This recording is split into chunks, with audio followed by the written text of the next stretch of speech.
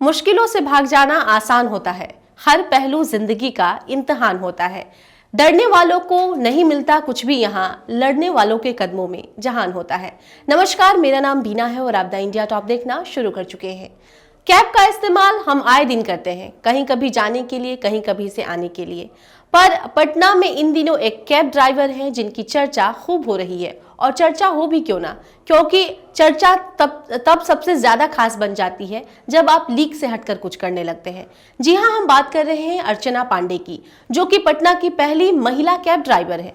चलिए इस मोटिवेशनल कहानी की शुरुआत करते हैं। हमने आपको कई ऐसे वीडियो बताए हैं, कई ऐसे वीडियो में जानकारी दी है, खबरें बताई हैं, जिसमें हमने मोटिवेशनल खबरों को लेकर आते हैं और बताते हैं उनके जिंदगी से जुड़ी कुछ अहम बातें जो आपको मोटिवेट करती हैं कुछ काम करने के लिए, अपने सपनों तक पहुंचने के लिए।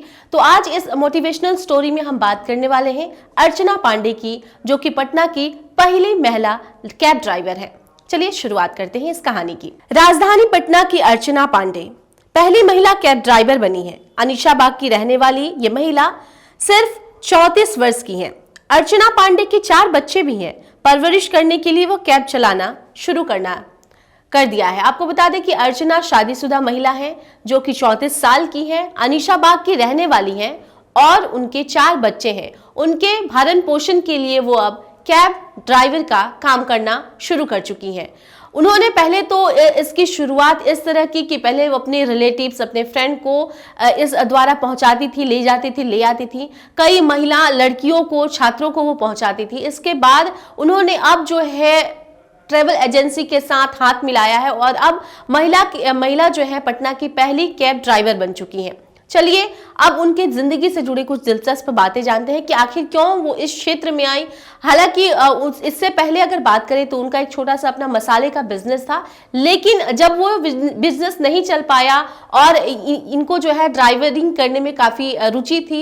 हालांकि ऐसा माना जाता है कि महिला ड्राइवर जो है वो सही नहीं होती है, उनको इस तरह के काम नहीं करने चाहिए। बिहार में खासकर ऐसा माना जाता है कि कोई क्षेत्र है जो महिलाओं के लिए रिजर्व है, जैसे शिक्षक की बात कर ले, डॉक्टर की बात कर ले, तो ज्यादातर घरों में ऐसा माना जाता है कि अगर कोई महिला है तो उनको शिक्षक होना चाहिए या फिर डॉक्टर होना चाहिए। लीक से हटकर काम करने का पैशन जो है वो बिहार में बहुत कम देखने को मिलता है।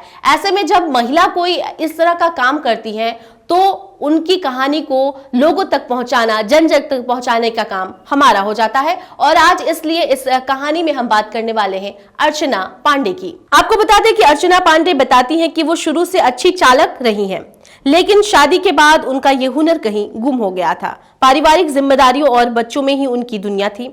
वह मसाले का बिजनेस शुरू किया करती थी, लेकिन अनुभव की कमी के कारण व्यापार चल नहीं सका। आपको बता दें कि इसके बाद कई कंपनियों में उन्होंने काम किया। उन पैसों से बच्चों की परवरिश नहीं हो पा रही थी, इसलिए उन्होंने अपने हुनर की शुरुआत जो है अब कैब ड्राइवरी के थ्रू की है और करियर के रूप में इसे अपनाना भी चाहती हैं। और इसको लेकर उन्होंने जो है कई लोगों से कई साक्षात्कार भी दिए हैं, जिसके थ्रू हम आपको उनकी कहानी बता रहे हैं।